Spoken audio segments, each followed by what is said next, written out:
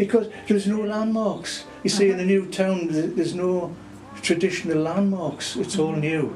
Let's just say the word was being put about. Did you know there's a crocodile down by the River Wear down at Fatfield? Washington is a town in Tyne and Wear in northeast England. The area was part of Durham Coalfields. In 1964, it became a new town.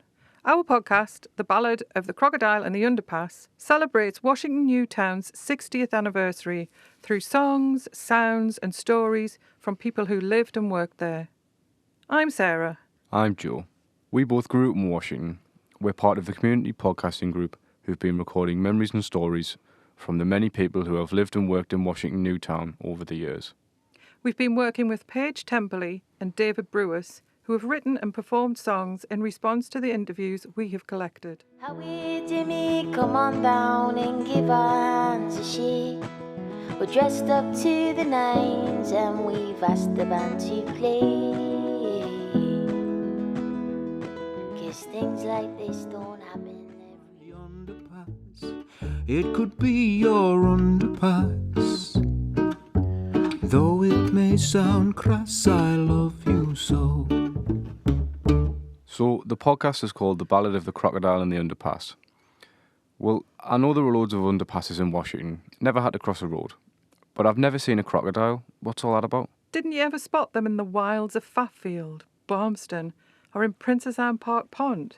So the crocodiles were like stone statues, like a crocodile as if they were crocodiles in the water. lake. And it was like a big circle, like a lake, but it was only like 18 inches deep or 2 foot deep. It wasn't. And we used to play hoppy on the crocodiles' backs. Used to hop from one to the other. Let's just say the word was being put about. Did you know there's a crocodile down by the River Wear down at Fatfield? And it's people were like, well, you know, it even blew out of proportion to where I heard it had escaped from Lambton's grounds. Yeah, I remember hearing about the RCA record plant where Elvis's records were pressed and where David Bowie popped in for a cuppa. And when all the crowds came to see Jimmy Carter in 1977. It was very, very hush-hush, and Ken Armstrong and Stephen Holiday went down to the American Embassy regarding this because, you know, it was hush-hush. The American president coming to Washington. And I knew what time they'd be expected at the school because the mates had told us they were going to be all out with the flags. So I went running along past the pit road ends, and just as I got to the end, this car went by, lovely car, and the people were waving, so I waved back. Howie, Jimmy, what do you remember about Washington over the last 60 years? What do you want for its future?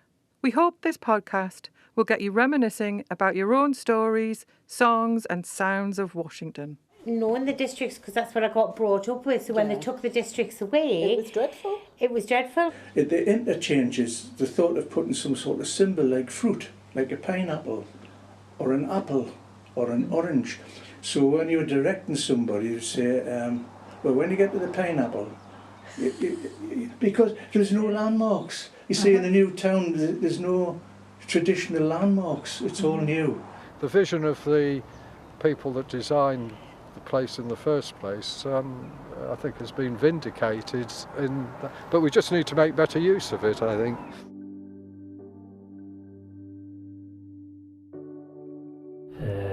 Was a local resident, and she was a very well thought of person. She had her own pew in the church, but in the church records it described her as a Prestia Digitrix, which meant a female practitioner, and that was the common name for a woman who did medicine.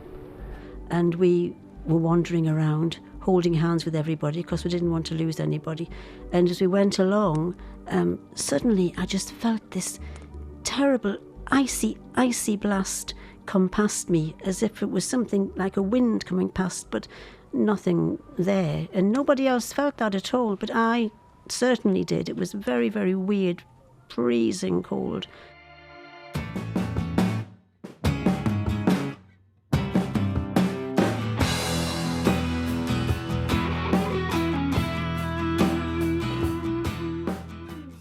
Our podcast, The Ballad of the Crocodile and the Underpass will be available across streaming services from the 18th of November. The Crocodile and the Underpass Ballad podcast is produced by Grace Stubbings and the Washington Community Podcasting Group, with songs composed and performed by David Brewis and Paige Temperley. The project was developed by Washington Heritage Partnership, Sunderland City Council's Washington Area Committee, Sunderland Culture at the Arts Centre Washington, Baseline Shift and We Make Culture, with support from the University of Sunderland.